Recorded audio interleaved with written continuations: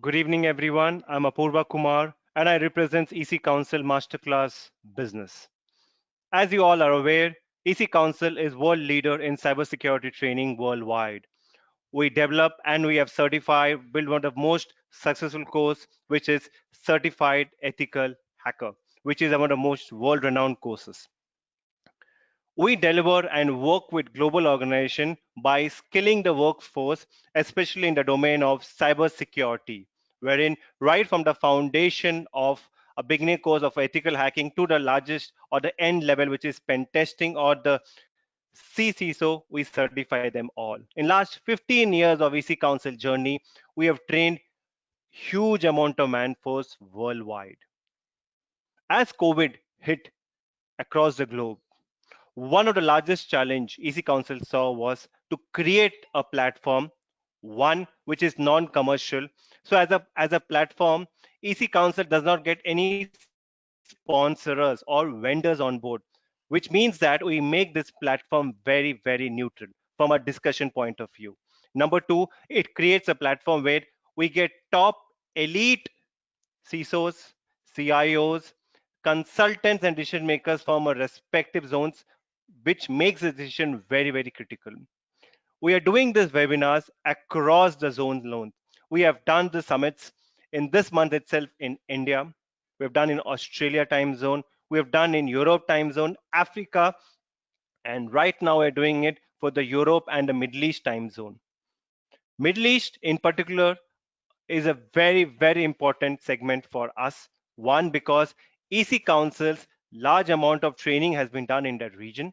Number two, we get massive amount of supports and they are very friendly people and very cyber aware. That's one of the key element what we have found from a difference point of view. Not to start, we have a very important discussion today from a zero trust point of view, exploring the new program, and we have a top of the line speakers who are going to be part of this. The way it's entire divided is we have about 90 minutes of very high end quality discussion, followed by about 50 or 20 minutes of Q&A, which you can post your questions and our moderator will take it away. Not to wait anymore, I start by introducing our key speakers who are part of this. Let me take the honor of the first speaker, who is none other than Mr. Mohammad Nashi. Mr. Mohammad Manasi serves as ICT consultant, very important, Ministry of Foreign Affairs, with focus on strategic planning on quality assurance and enterprise architecture. Prior to his time with MOFA, Mohammed served as ICT consultant at Ministry of Finance, as CIO at Saudi Digital Library, at Ministry of Higher Education. It's such an honor to have you on board, sir. Our next speaker, respected ma'am Dr. Dua Abod. Dr. Dua Abod is a result-driven professional with an information technology management background. She has demonstrated history working across US and Saudi Arabia. She has experienced in IT, digital transformation, IT project management, and risk management. Doctor has about 10 years of experience as a practical researcher and has worked on one of the biggest projects related to data science, AI, knowledge management, and health informatics.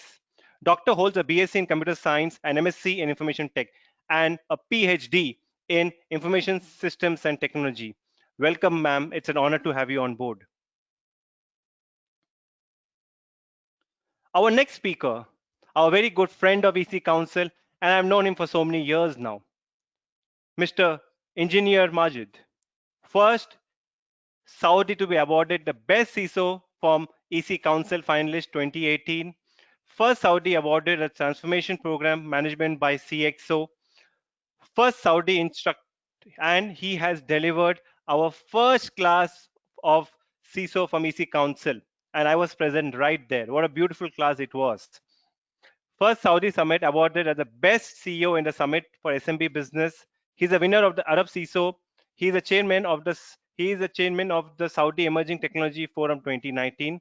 He is a certified CISO and a certified digital business transformation officer. He is also licensed An MCI IT consultant with 19 years of work ex, he has worked across domains, namely oil and gas, real estate, construction, insurance, automotive, and various other businesses. His solid line of business covers across IT, technology, digital business transformation, IT. It's such an honor to welcome you, sir. My pleasure, really.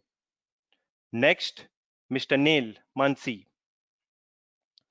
Mr. Neil Mansi has 19 years of progressive experience in various IT fields such as infrastructure, information security, integration software construction, software architect, and database design. Currently, he is working as a consultant in the National Information Center KSA Digital Transformation Program MOI. His role combines business, high tech, and very important security consultation because in the times of COVID, one of the peak and important things to cover up. Our next speaker is Mr. Piyush Kodape. Piyush Kodape is a pure play information security professional with about 16 years of experience in multiple domains of information security. A hardcore techie at heart with good understanding of business and governance aspects of information security. Interested and appreciates new emerging cybersecurity technologies, while he strongly believes in the fact that the basics of information security should be done right before jumping in. He comes in with solid foundation of understanding the genesis or the basics of cybersecurity. It's an honor to have you, Mr. Piyush. Last but not the least, but very important, a friend of EC Council. And I still remember 4 years back when I joined EC Council, the first man to meet was Mr. Burgess Cooper in Lalit, Mumbai. And it's such an honor to have Mr. Burgess Cooper as moderating this very, very important panel from EC Council. Burgess Cooper comes in with 23 years of solid experience in securing some of the biggest names across India, ASEAN countries. Before EY, Burgess has been a CISO with Vodafone and HSBC and was responsible for information security, privacy, and compliance across the telecom and BFSI. Now, this is very important. Burgess Cooper handles a team of 600 people where he trains, deputes them. That is the massive team size he has built from the scratch. Burgess is a CEI, certified EC Council instructor trainer, and he is responsible and he has been delivering EC Council CISO courses across ASEAN countries for us for a long, long time. Welcome on board. Over to you, Burgess, and I look forward for this brilliant next 90 minutes. So much, Apurva. Really appreciate it. And request all my fellow panelists to switch on their cameras. Looking forward to a great discussion this afternoon, evening, whichever part of the world you're in. Welcome, fellow panelists. Thanks, Apurva, for a lovely description for everyone.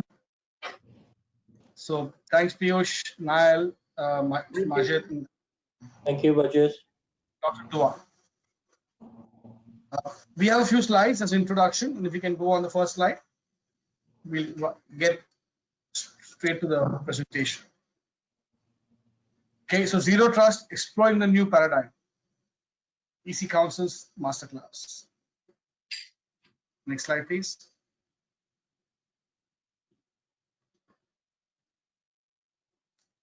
So why Zero Trust? Okay, we all know the old paradigm, trust but verify.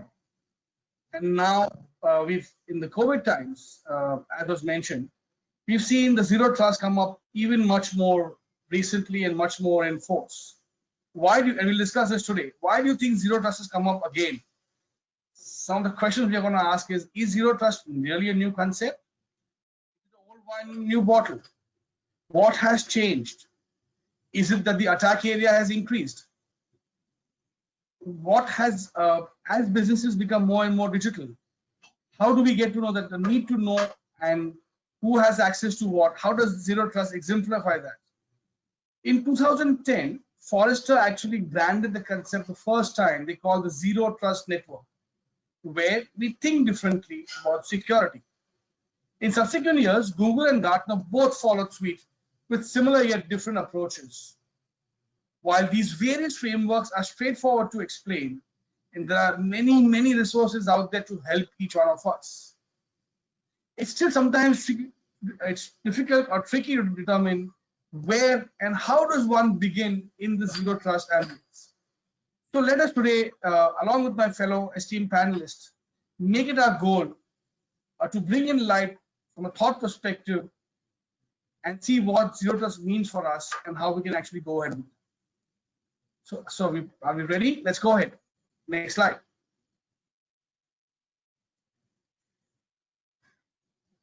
So the first question I've got is, and I'll give it straight to Piyush. I think he's done some actual implementations. Piyush, zero trust, new concept, old concept. Is it something that just gets refurbished? Is it like a new wine in old bottle? What has changed? Tell us what is your views of zero trust architecture and why is it so important in today's COVID times? Yeah, so I consider it as actually a new wine in an old bottle, but it's an extension of that. So for example, now the earlier the concept was that secure the perimeter. Okay, so we all focused our energies towards securing the perimeter, implementing firewalls, IPS, IDS, all technologies focusing to control the perimeter. Now the perimeter concept is gone. Now the endpoint is the perimeter, because the dynamic threat landscape which we are living in right now, it's so vast and it's so evolving so rapidly. We are getting attacks directed towards the endpoint rather than attacking the perimeter or something. So somebody will not try to go and penetrate your perimeter. They will try to go and compromise your end users, your endpoint machines. And what the thought of that, once everything is inside is secure, goes away with that concept.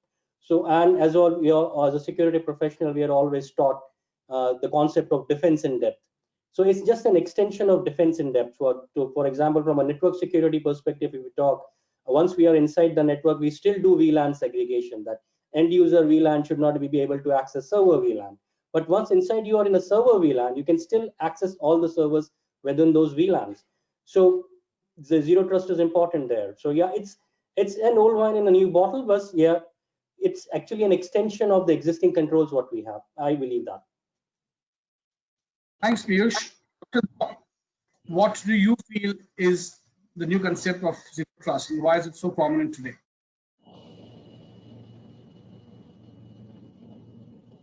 Okay, thank you, Mr. Cooper.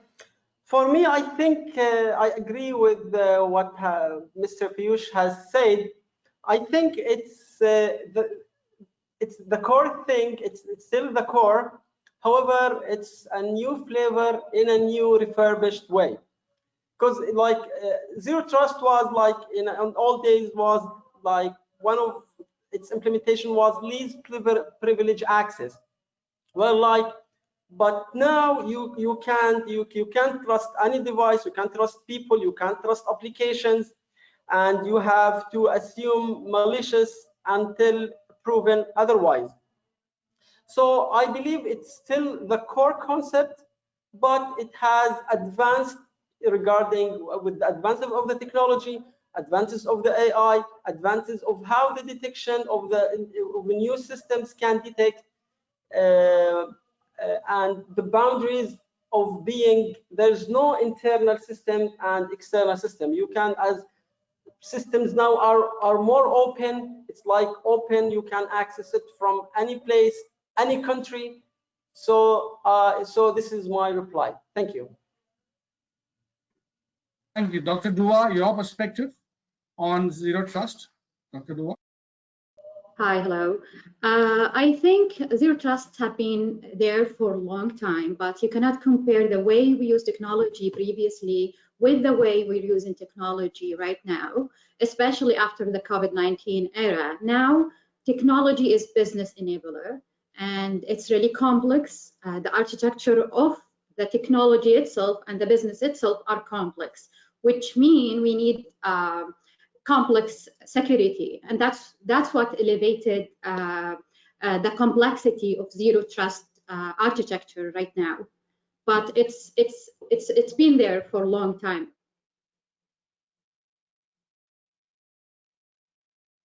Dr. Dua, what has changed how I like the way you said. Actually, what has changed? Many. Like I will say, the workload, the data type become more complex. The workforce environment, the way we're doing business, the mobility of the individuals. Like I will say, yesterday or in the past era, we used to have this castle where we go to the premises and we do the work, and if we secure this premises, we did security. But now we have the cloud, we have mobile devices everywhere. People are doing sensitive tasks everywhere, and we need to find more complex, more sophisticated way to secure all these connection, all those workflow, and to make sure that our data and our work are secure. Dr. Dua. Mr. Majid, your perspective, how your opening comments on ZTA, and how has it changed? What is the new element in this? At first, thank you very much for this invitation and contribution. I will not add much to the gentleman and Dr. Dua. The zero trust, it's the concept itself, whether old or new, I do believe that this concept has been there for a long time, but what we have done lately is taking and focusing on certain segmentation within the information security agenda. So focusing on the network security and this understanding of zero trust, I will take you to a real scenario, which is just been the word speaking about the COVID-19. As you are aware, the three zero trust, and here as a cybersecurity team, all what we do is for businesses. That's why we are there. And the situation and how we capitalize on the zero trust with the COVID-19, it's just to ensure that we have the proper standard and controllers, which can be called with the concept of zero trust with whatever standard or a framework that we are implementing.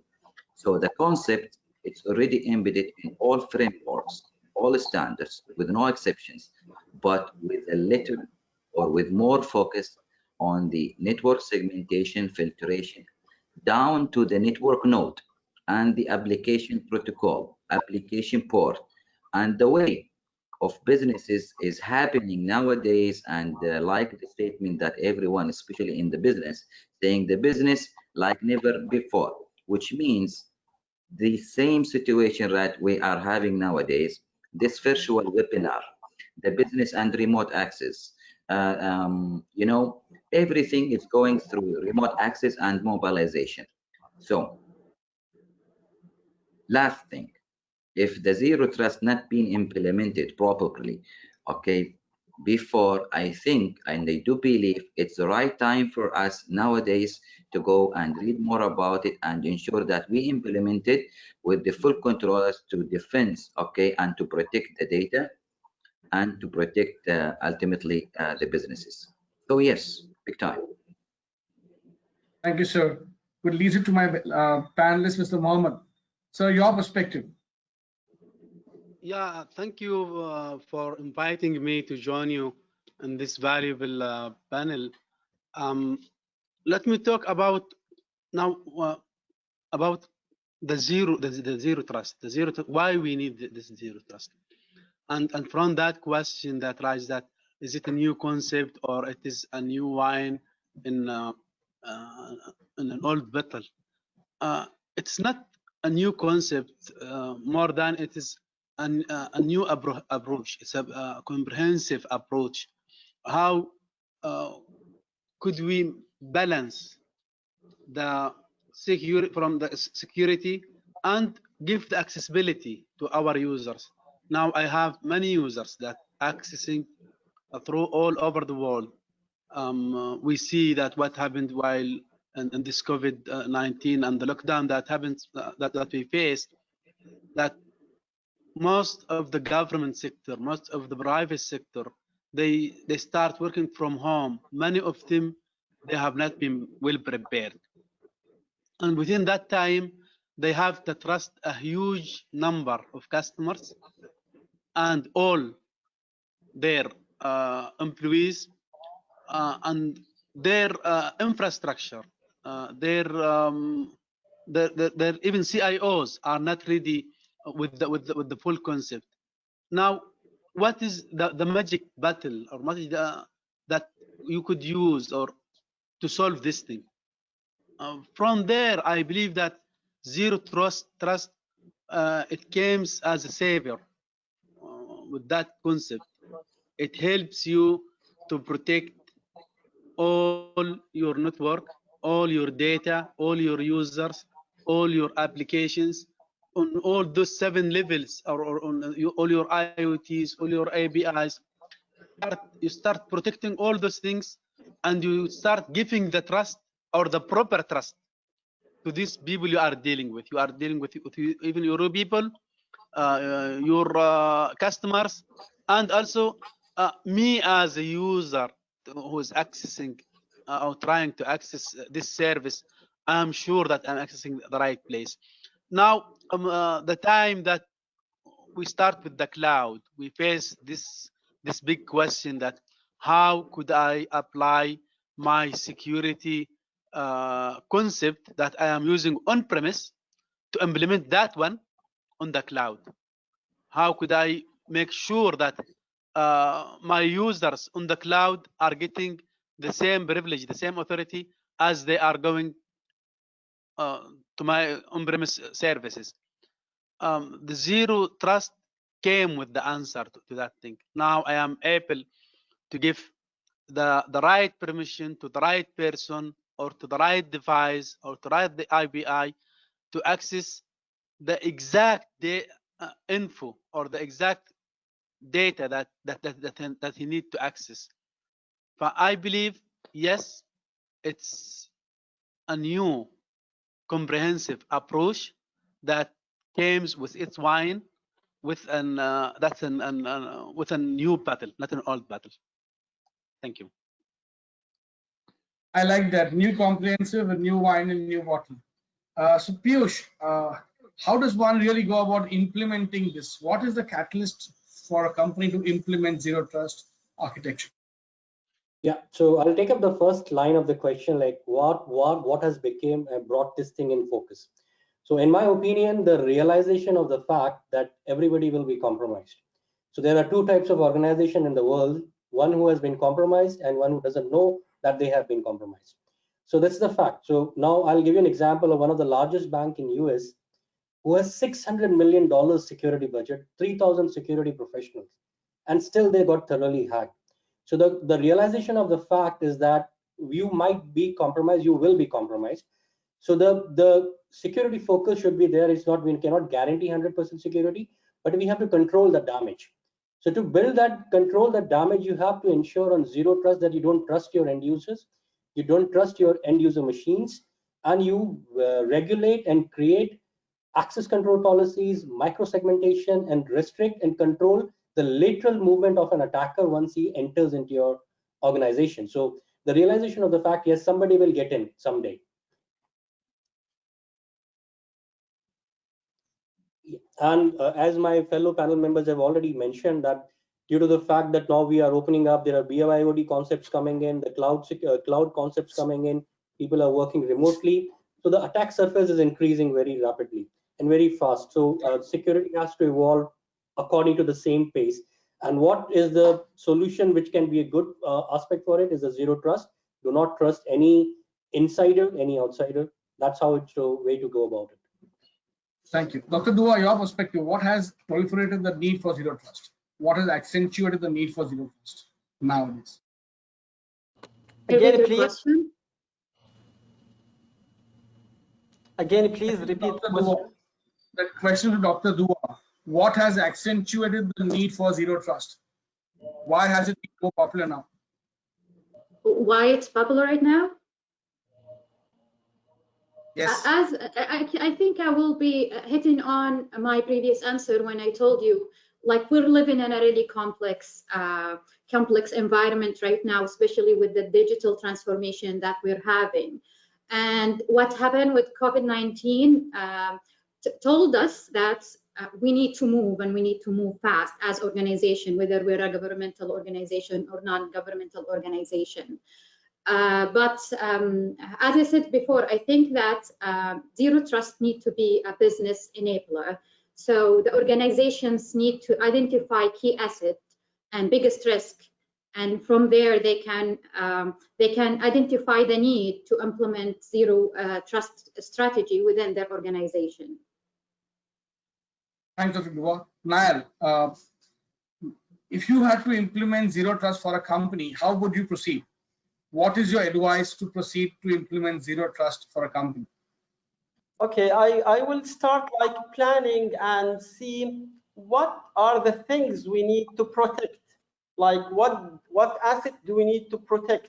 What kind of interaction people or employees are interacting with the data? What type of access the users or the employees are accessing? I will like connect. I will make collect data on the patterns of how users are using their data or accessing the data, or employees, how they are interacting with the system. And then I will make some kind of, let's say they have AI systems that can detect if the user is using the system in a new way. Like if the user is normally using the system from 7 a.m. to 12. Now he is using it at 12 p.m. in the night. So this is how I will start looking at things. I will plan, assess the need to protect the data itself, know the interactions of the users, collect it, analyze it, and put it in a pattern that we can study it to make a system that can detect these systems. I'm not talking about now, of course, like the basic things of protecting the network, doing this, but you know, hackers now are being more intelligent, tools are being more advanced. So we have to come with new ways of protecting our systems rather than the normal ways we are doing it. Thank you. Thank you, Nair. Mr. Majid, how would you recommend a company to implement zero trust? How would you go about doing it in your company, or your recommendation to all the panelists and to the audience?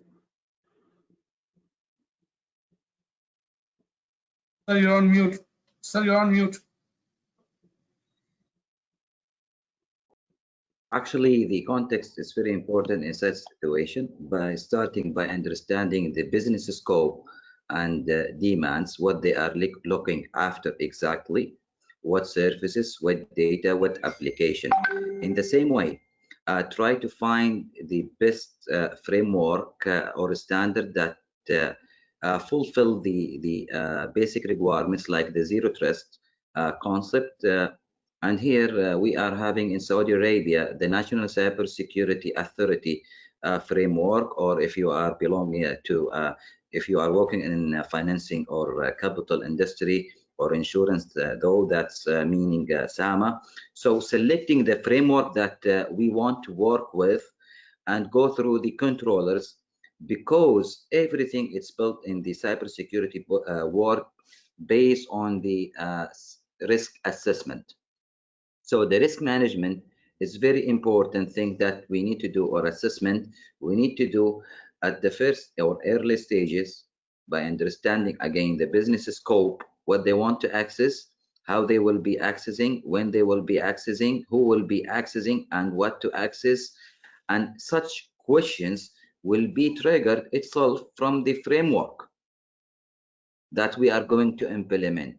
And implementing the zero trust concept or certain framework is not the end of the story, as we need also to monitor this type of communication and the application by having also a security operation center that working during around the clock, and of course the training is part of it.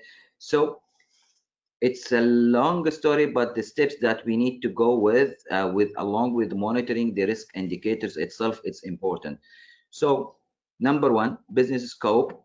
Number two, selecting a framework or a governance that we need to go and implement. Number three, monitoring, continuous monitoring. And the most important one is the training and awareness.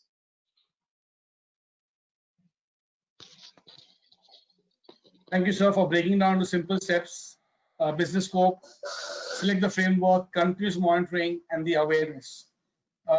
Mr. Mohammed, from your perspective, what are the precautions someone should do before they go and embark on the journey for zero trust?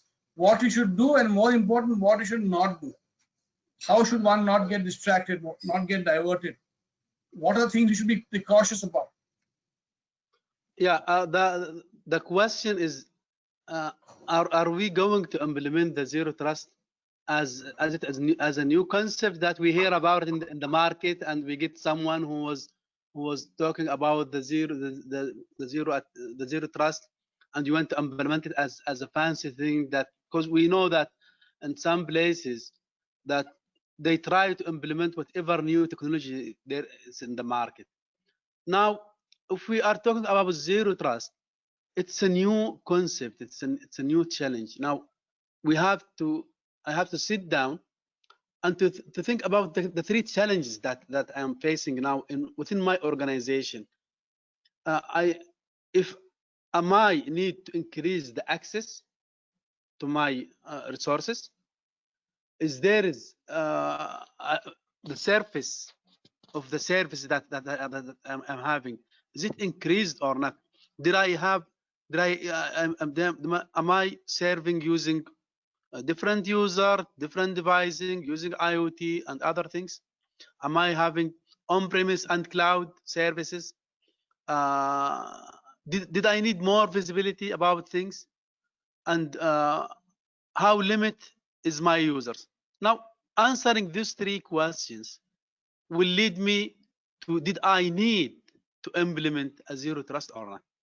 So my believing that zero trust is not a must, but it's a thing that you will need it in cases that because you have to rethink about the whole journey. You know that for several years we have this journey in cybersecurity, you have this journey on information security, we did many awareness sessions, we did many things to even for our C-levels management and for our ministers and those people. Now, if you want to change all these ideas to new thing, it should deserve it. And we believe that within even in the market itself, if you go to different companies, you will not get the same definition for zero trust. You'll find different approaches, different concepts, different understanding for that thing. So you have to understand your problem from inside, and what types or to which level that you need zero trust. So you start by understanding yourself first, and you are ready to reinvest in this journey.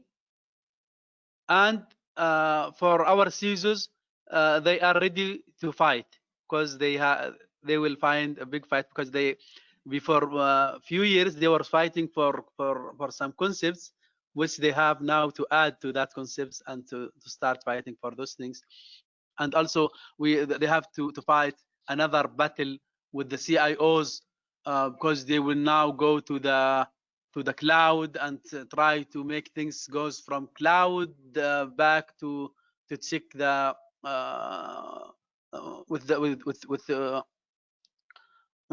many aspects they have. So it's a new journey. You have to give up the old journey that you already have, and you have to start the zero trust journey now. But if you are ready with full support with your CISOs, your CIOs, and your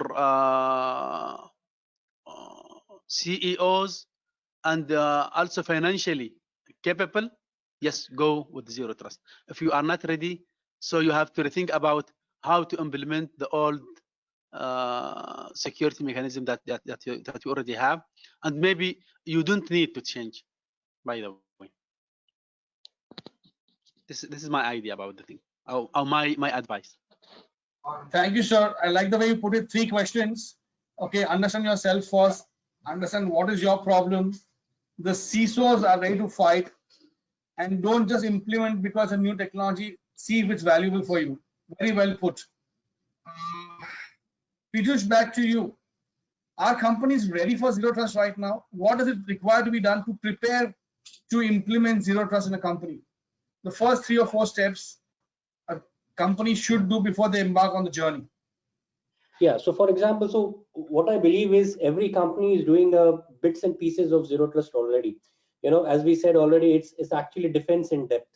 You're ensuring like certain things are not being trusted. For example, if employee walks in, goes into the premises, he connects his laptop to the network. So you do a posture assessment, you're by network admission controls because you don't trust his device. When the employee logs in, you force him to provide a multi-factor authentication because you don't trust his user ID and password. Once he is logged in, once he's accessing the resources, you're ensuring, okay, whether he is authorized to access those resources. So these kinds of things, most of the companies are already doing it. So bits and pieces are already in place. It's just to have a holistic picture and have a consolidated approach to look at from a zero trust perspective and extending that. So as Mr. Majid already mentioned that you should have an associated framework with it, what exactly you're looking to protect. So for example, I gave an example of an access control. You can go ahead and create an IDAM, any expensive IDAM solution to ensure that everything what is being accessed by your employees is what they are entitled to and what they are authorized to. But if you don't have a proper asset classification or a data classification in place, you will not be able to achieve full ROI of that particular solution. So as I said, again, I agree to some extent to Mr. Engineer Muhammad also that just don't jump into the buzzwords, just do the basics of security right, and probably add on and build on top of it. Yes, we can go for zero trust architecture. So first you mature your initial controls, which is already in place, maybe a good access control, maybe a good VLAN segregation, maybe a good micro network segmentation. Then you can just go ahead and do, right now, if you're monitoring north-south traffic from a network segmentation perspective, then you can go and look at the lateral movement aspect of it and east-west traffic of within a data center. So yes.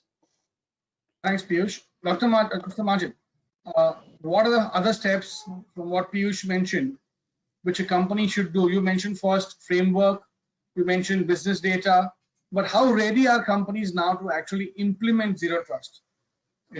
Are companies already on the journey, or what? How ready are they to implement ZT? Okay. At first, the cybersecurity as a function, it's very expensive to invest in and to convince the senior management to invest in. The coming steps and whatever that I want to mention will be considered as an investment to that ex-corporate. But in addition to implement the what just Mr. Kodab said and Engineer Muhammad mentioned, and every one of you, it's very valued information. But beside doing or beside implementing the zero trust, there are certain technologies that we need to look at. And if we are enabled to certain level to implement them, we need to consider them during our risk mitigation plans, like PAM, like IAM, Identity and Access Management, like NAC, which is the Network Access Management. So there are certain technologies that we need to ensure it is there. But again, on the other hand, if there is, for some reasons, we are enabled due to the financial support, due to the corporate culture, due to the available resources and team qualification, it doesn't mean that we stop at the door, at the beginning of the door, as much as we need to go through that door and list these demands, cybersecurity demands, and monitor them to certain level. One of the good examples, we cannot go for the network access management or to have a centralized, specialized domain access, but still there is There is the Active Directory, Microsoft Active Directory, where we can capitalize on and integrate with other applications to have this kind of a centralization. So to certain level, we need to adapt with the current situation, but not to forget the running risk.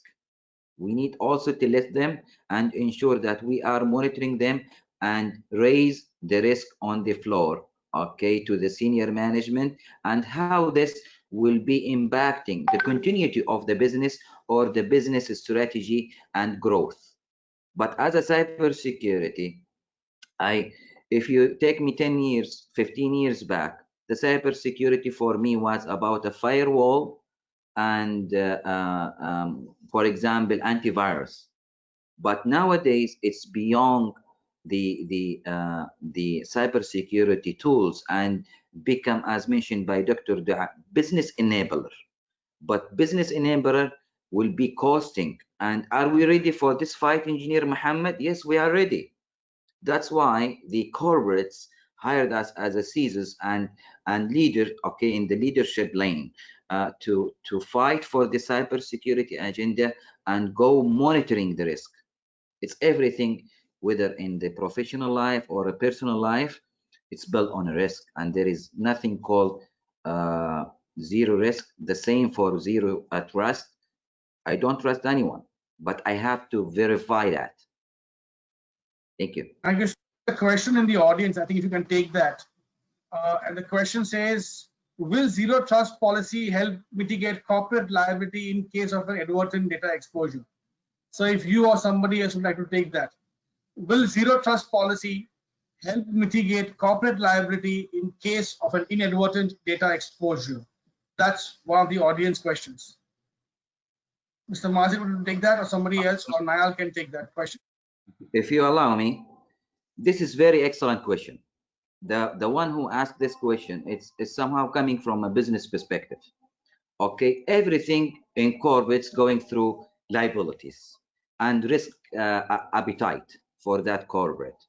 Okay, so having such situation or having an understanding of liability will be taking extra mile, not only by implementing zero trust, because to do this kind of liability things, you need to implement a complete framework, okay, or a standard.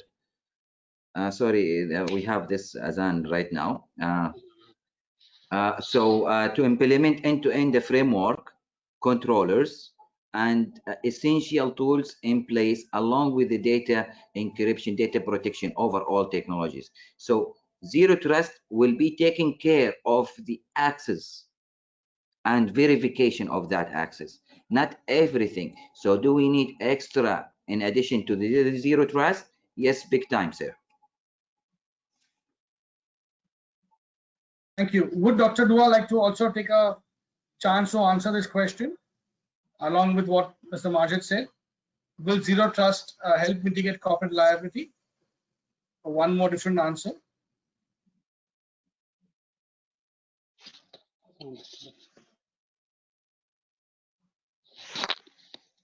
You're on mute, Dr. Dua.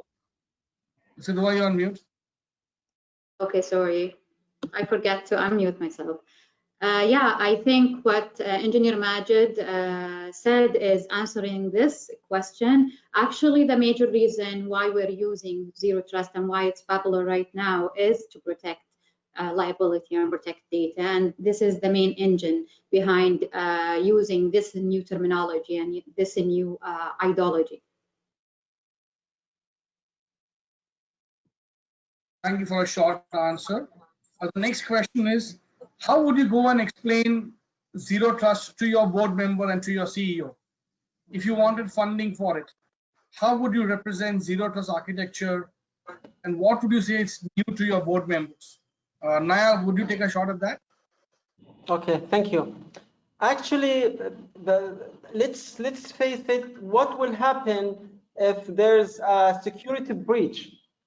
Okay, I will assess the cost, not only the financial cost, but the branding cost, the business cost, the impact of the business image itself on the business, on the users, on the the market itself.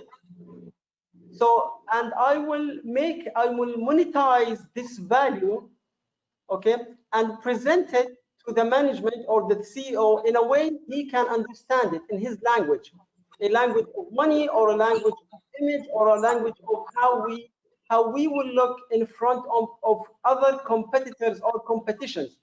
Because any breach now in data, if we don't follow, because zero trust is a paradigm. It's not just a small concept. It's a paradigm that we have to implement across all the organization in means of protecting data, protecting the access. So if we can't put it to the management in a way to understand it, they will not fund it. The basic thing is to wrap it and present it in a way that makes sense to the management, especially the ones who are not very acquainted with IT terms or IT mindset. So at last, I will say that I will monetize it in a way and present it in a way that makes sense to the higher management. This is my answer. Thank you, Nail. Mr. Mohammed, how would you represent it to your management if you had to ask for funding? I like the way you said first you'll decide whether it's required or not required. But if you think it's required, how would you go and ask for budget about ZTA? How do you explain ZTA to a CEO? Mr. Mohammed?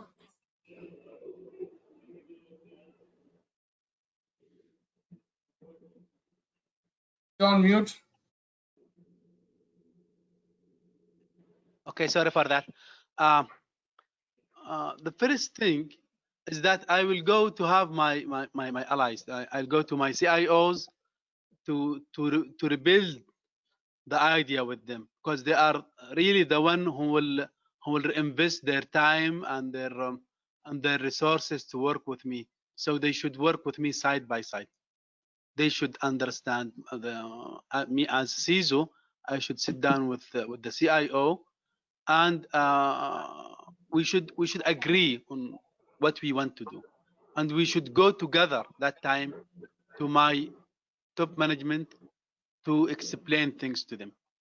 That's the use of the cloud, the use of IoT, the use of new APIs, and the sophisticated minds that the hackers are getting with the time, and do all those new challenges that came up, and working from home, which was not a fact before few months, but now is a thing that we need to deal with that thing. So to enable all those things, we have to reinvest now in a new concept and a new comprehensive approach to not to trust any data or anyone that was trying to access our data. So we have to find a way to verify that we are the one who is accessing our resources is the right one. Even once I say one, I mean user, device, an employee, an IoT device, or whatever that thing that is trying to access, and he's accessing the proper data or the proper information, and he is getting what he needs to get from there, and he is getting the right authorization to access what he needs.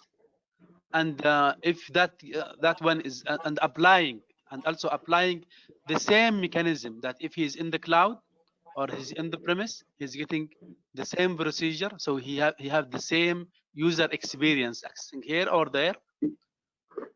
And from there I could monitor that his trip within our network and getting out from my network. Now I think that with all those challenges now, with all this current situation that we put in, so we have to change, we have to reinvest, or better that we ask our people to come and work from home, not work from home, to work in the office, and we have to to rethink about our dreams and go back to our old style, because we are implementing an old style way of work that needs the old way of security mechanisms or approach that we use. So if you want to take your business to new level, you have to take also your security approach to new level. So it should go side by side. I cannot go to use mobile applications using the cloud and those things, and using the old style mechanism. So as I'm telling him that you cannot travel from Saudi Arabia to India as an example using a motorcycle. You need that time. If you want to go fast within 2 or 3 hours, you have to hire new plane to do that thing with a professional pilot to do this trip with you. So it's a trip. Now you are asking for new things. You have to change the way that you are using to do this thing and secure it. This is the scenario that I am thinking about to say. I like the way, so you tell your CEO that as the business goes to new paradigms, social security, it's a trip. One more question, anyone can take it. Every new framework needs new tools to implement. What are the tools which we can utilize to implement ZTA? Piyush, Neyal, Majed, Dr. Dua, Dr. Mohammed. What are the tools which are available for someone to implement ZTA? From a network segmentation perspective, if you ask me, like if you want to do a micro segmentation and all, so to understanding the flow in a data center is a quite challenging task. So we need to have certain solution to understand the data flow within a VLAN, within the data center is important. And we have certain tools which can help you analyze what kind of traffic is flowing through your switches, your firewalls. So those tools can help you understand the network flow, and then that can help you decide and define your microsegmentation policies, access control policies, and rules. That is one. And regarding the access management and identity and access management, yes, to some extent, data classification will help a lot. So certain tools are available which help you in classification. That should be there. Thank you. Naya, would you want to take this question one more? What other tools are available to implement ZTA? Well, I will just add a new thing, just a simple thing. I think now we're gonna utilize artificial intelligence in this area. As you know, the Kingdom of Saudi Arabia has gone a very far steps in doing this, and we now are utilizing AI in detection and patterns like pattern detection. So I just want to say that AI is a basic thing to be utilized for this new era of how to protect networks, especially in very sensitive government areas. I will add only this. Thank you. Like I wouldn't mention like specific tools or anything, but I will add one thing. Like as I said before, every organization needs to identify what is the biggest risk, what they need, and sometimes they can start by reusing and incorporating the security tool that they already have. They reduce complexity, and by doing this, they will start doing zero trust architecture without like buying all these sophisticated high-end tools. They can start small, and then as the business need, they can go bigger. So, Mohammed, do you think tools are required, sophisticated tools, or do you agree with Dr. Dua, who says that you don't need to have sophisticated tools, you can reuse your own tools? It's a journey, as we say. It's a journey. So you have to build on. You cannot, if you buy those expensive and very this expensive, very sophisticated, and they are the top ones that on the market. But you need now to train your people. So it's a journey. You have to build your understanding. You have to build your challenges. You have to hire the right people. You have to educate even the people that you have. Now, if I'm looking that as Dr. Dua said, that we are not going to mention a specific product, because there is no product that will solve all those things together. But if we look to the concepts now I'm going to zero trust concept. I have to rethink about my NOC, about my SOC. I should implement a single sign-on SSO to use it within the cloud and within the on-premise things. I have to think about the backward firewalls to send things back and to see that what to do there. As Barish said, that we have to think about and Nail also mentioned that about AI. We have to rethink about how things are running there. It is not about the product, it's about how mature that you are, and the maturity levels have this constraints, that which constraints to implement, what to which level that you want to be to do things, because we know that more constraints, which means that to delay sometimes the business.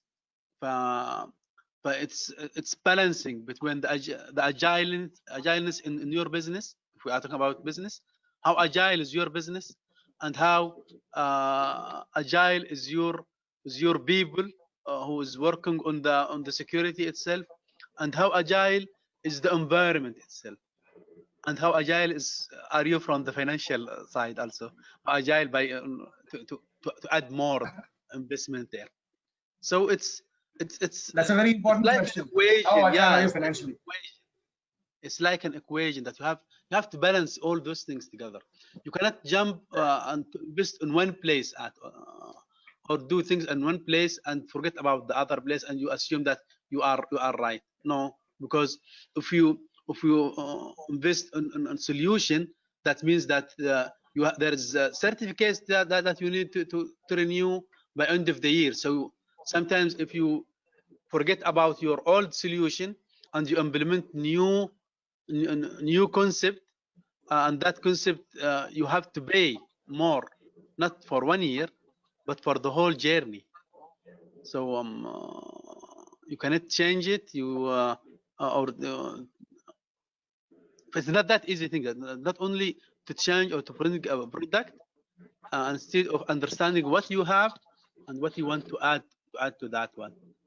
So this is why I say that Right. we should understand. You should understand. You should sit down together first. You should think about the journey.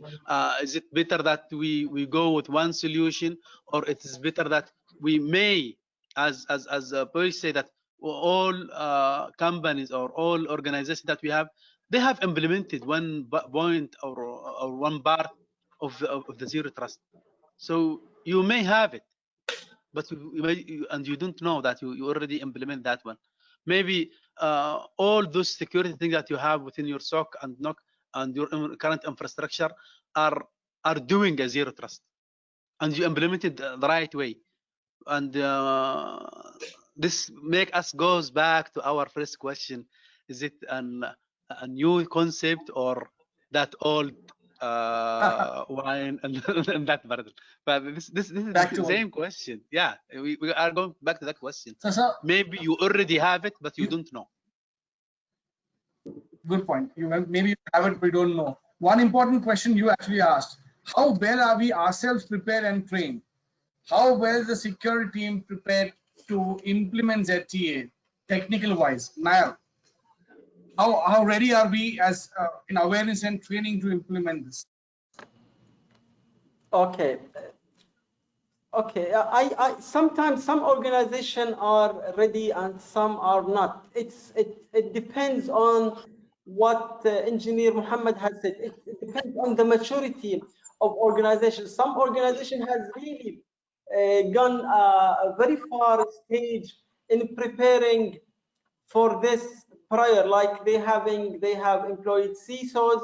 They are investing in technologies regarding cybersecurity, protecting their data assets, planning for risk management.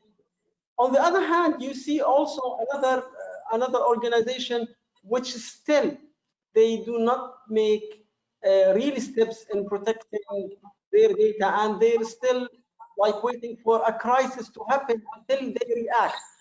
So some companies, like they took proactive measurements and they are preparing in advance, and some are not. From my perspective, we are like, from a design perspective, because I work on governance model on design platforms, we try to build these like models from initially from the starting stage.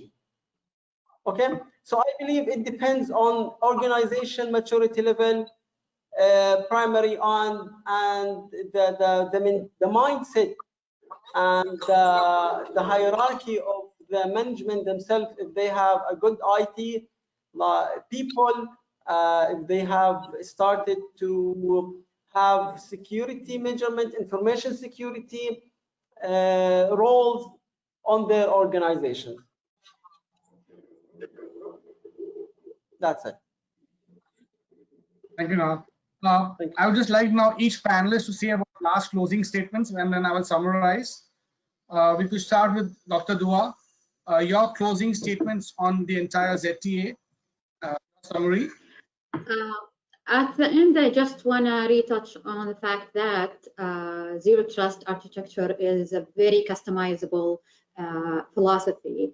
Every organization needs from the zero trust architecture are different depending on what type of risk they want to protect, what is the complexity level, what is the business need, what assets they're trying to manage and to protect. I think organizations need to focus on quick wins when they start doing zero trust architecture, while they're keeping in mind a long-term strategy. Thank you so much. I like ZTA as a customizable philosophy, depends on complexity and business need. Well said. Engineer Majid, your closing statements. Zero trust concept, it's available almost in all standards and frameworks. What we need to focus as organizations is with the about the zero trust is selecting one of these frameworks and start implementing at least one framework, and the way of supporting the framework implementation along with the, once I say framework, I'm talking about the zero trust, and try to focus on for communication with the senior or the board on the board table by going back and refer to the previous audit reports, where you can convince the board for providing you with an extra financial support, or to do a kind of framework implementation assessment where you can find the gaps and where you need to invest more, and also raise it to the board or the senior management. Number three is to do your own internal risk management assessment, where you can point fingers on the painful items or painful areas, and again raise the risk to the board to support you financially and emotionally. And the last thing is to be a close friend to the Mr. CEO. So yes, being a diplomatic also and enhancing the communication on both ways is important. But as a context for this zero trust, select your framework, start implementing this by at least doing the assessment for it, and you will find the zero trust on the way, on the road during that implementation with whatever framework that belong to your industry, and best of luck. Thank you. Thank you. I like the way you said, get the best framework, select it, be close to the CEO, and then you implement it. Good luck. Thank you. Nayal, from your perspective, your closing statements. Okay, I believe as all my colleagues has like they are aggregating all the concept in one simple thing. So Zero trust is a paradigm. It affects all other aspects, business aspects, architecture aspects, enterprise, and even the solution and the design of the solution itself. It can even affect how the application will be developed in case we are talking about software development. I think also the zero trust is not about tools or technology to be used in specific. A good design of any software will incorporate zero trust by itself. How to protect it from like malicious access, even before we starting use specific tools. Okay, a good design can protect like 50% itself from the design itself without doing any like frontier protection or borders protecting it in a tools. Another way is like to educate. Awareness is a very crucial thing in zero trust. Educating awareness about how the security threats are affecting and how to protect the corporate liabilities, data, and like the business aspect from all aspects. Thank you. Thank you for summarizing that. It's not about tools or technology, it's about a paradigm shift. Piyush, your last closing statements. Yeah, thanks, Burgess. So I think we all agree that it's a no-brainer. Zero trust is actually need of the hour. And as I said already, companies are doing it in bits and pieces. So it's actually the concept of defense in depth, ensuring that all those controls what we are implementing work in harmony. So there is a maturity curve associated with the zero trust also. It cannot that you just implement zero trust solutions right now and you can expect a return coming out in 6 months, because there are multiple controls associated to ensure that. So yes, it's a need of the hour because compromises are happening left, right, and center. Companies are getting compromised. Data is being stolen on a daily basis. To control that damage, to limit that damage, yes, zero trust is a need of an hour. You couldn't agree more. Zero trust is need of the hour. Defense in depth. Mr. Mohammed, your closing statements, please. I want first of all to thank all of you. Where I say that I don't have a lot to add after what Dr. Dua, Nail, Engineer Majid, and Besh, what they said, but I can say that ZTA is what I'm telling our CIOs and our top management, that ZTA is as we keep telling them that security is a journey. Now we reach a port, or one of our destinations is to start not to trust on anyone, and we need to verify each and everyone. So it's like a checkpoint that we should go through that thing. Like you are traveling from one country to another country, some airports that they have some more security levels to check. Now we are accessing, we reach this point or this level that we don't need to trust anyone. We need to verify before to allow anyone to go to our network. And we believe that we are ready to that thing, and we could do it, and we could elevate our level of security to that level. For instead of checkpoints that checks from outside, now we want to check each and everything, each and every person, each and every move, each and every even device that he have, and our CISOs, who's our heroes, they are saying that they are ready to do that thing using this concept or this approach to achieve it. And I'm sure that our top management will be happy with that idea. So I'll just summarize some of the good words mentioned by everyone. And I start, Dr. Mohammed says, CISOs are heroes. I like that. CISOs are heroes. Build different modes from the early stage. Dr. Dua mentioned it's a customizable philosophy and depends on complexity and business needs. Dr. Majid mentioned it's available in different frameworks. Select the best framework and make the CEO friend to implement that. My friend Nayal mentioned it's a paradigm shift, affects all aspects of business. Piyush mentioned it's a need of the hour defense in depth concept. Maybe you already and Majid mentioned maybe you already have it, you don't know about it. It secures the perimeter. Endpoint becomes the perimeter. Piyush mentioned that, and attacks more towards the endpoint. The new flavor in a new. So Mohammed mentioned that it's a new flavor and concept in a new bottle. It's a concept of least privileges. Okay, cannot compare with the old way of using. It's a new way of working. We asked, how do you convince the CEO?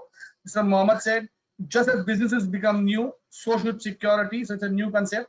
It's embedded in all frameworks. ZTA is not about tools and technologies, but the way you implement it. So, and so Mohammed mentioned, select the framework, continuous monitoring, awareness, and Dr. Mohammed said also, and get the business scope. Don't implement it just because it's a fancy thing, it's a new technology. Do I need to have it? Is it on-premise and cloud? Ask the 3 questions.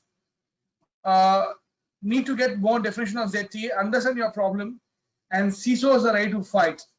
And with this, I end the ZTA's panel discussion with the last note, which says CISOs are heroes.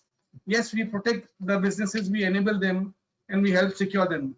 With this, I'll thank all my fellow panelists, Dr. Dua, Nayal, Piyush, Majid, and Mr. Mohammed. Thank you so much for a great discussion. Thanks for sharing your ideas. Much appreciated. Thank you. God bless.